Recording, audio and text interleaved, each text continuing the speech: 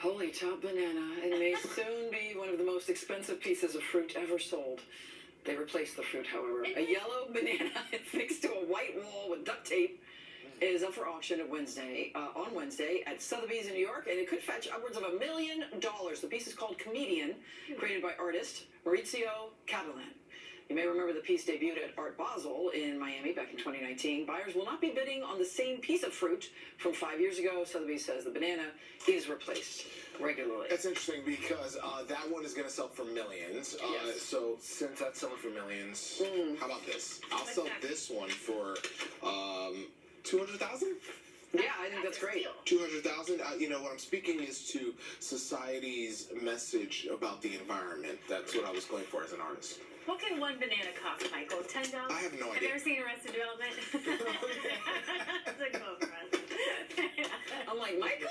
Right. Exactly. Perfect. I know. Thanks, Lisa, for making this. Perfect. That's right. And I bet you'd autograph that white piece of paper, so that would be like maybe that might bring it down. $9,000. I was going to say, it's definitely bringing it down the price, my signature on this.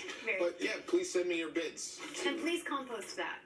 I will. When you deconstruct I'll that priceless piece of art. That's it. All right, let's get you out there. Fertilizer. Sunday morning. We have too much fun here. We do. We might need to reel in the fun. Okay, right now we're looking at sunshine from this live look outside. Moderate air quality, AQI at 56. As I stepped out this morning, I smelled the smoke in the city, so that immediately made me think, what's air quality sitting at? What are we actually breathing in? Well, there are pockets of moderate air quality due to the wildfire smoke, but for most of the tri-state area, air quality is considered good today. We're watching the city. We're watching Brooklyn and Queens. We're watching Passaic and Bergen, where that wildfire smoke is currently being directed with our northwest wind. A cold front approaches tomorrow. That shifts wind out of the west, which means tomorrow some of that smoke starting to drift into Rockland and Westchester counties. Those are probably the areas that you'll smell the smoke tomorrow. But for today, it's more city, it's more Bergen County into portions of Nassau County as well. But it doesn't have a major impact on air quality, so at least we have that going for us. Temperatures are starting to warm up to 50 now for Morristown and Belmar. Quite the recovery after starting in the 30s this morning. We're close to 50 in the park, mid-50s on Long Island, 56 for Islip this morning, 43 in Newburgh. A bit of a breeze at times today. We're not completely wrapping up the wind, but in general our wind speeds are weaker than yesterday, which means our fire danger not quite as critical. It still is elevated. Still going to have these fire weather statements, meaning if a fire starts, it will still spread really rapidly. But due to the gusty conditions yesterday, which we saw, made it really, really difficult for firefighters. Still don't want any outdoor burning today. Still can't see any fires start, but the wind speeds aren't going to be quite as critical today as compared to yesterday. But breezy winds do pick back up tomorrow with that approaching front we just talked about.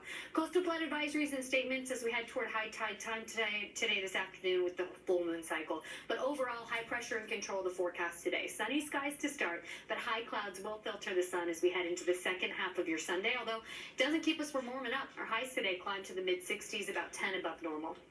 Clouds continue to increase overnight into tomorrow morning. That cold front does bring in the cloud cover, so it's a gray start to our Monday with a bit of a breeze. And that front tries to bring in a few sprinkles, but air at the surface is so dry, I bet most of that evaporates before actually reaching the ground. And then that front clears the area. Behind it, clearing. So we actually end up with some sunshine for Monday afternoon, highs back in the 60s with that breezy wind, which means fire danger is something that we're watching again for tomorrow. Cooler air filters in behind the front, so Tuesday we get our highs dropping to the upper 50s, and then Wednesday is when we watch that next storm system approach. We're mainly dry during daylight hours on Wednesday with increasing clouds, and then Wednesday night into Thursday morning is that round of rain that we are all rooting for. We need it, and it does look like confidence is increasing in a widespread rain event Wednesday night into Thursday morning, although at this point, too early to tell you exactly how much rain. It's not going to fix the deficit, not going to completely fix our drought, but it's something, and that's a good thing. Today, dry, just the increasing clouds for the second half of your Sunday with highs in the mid-60s. Elevated brush fire danger today, just given how dry we are, but not quite as gusty as yesterday. Tonight, increasing clouds, and tomorrow starts gray. Second half of the day brings in more sunshine and a bit breezier with that front. We do drop in temperature Tuesday, then Wednesday we're watching the rain approach. That brings shower chances Wednesday night into Thursday, and a big drop in temperature heading into the coming weekend. That's the AccuWeather forecast. We'll be right back.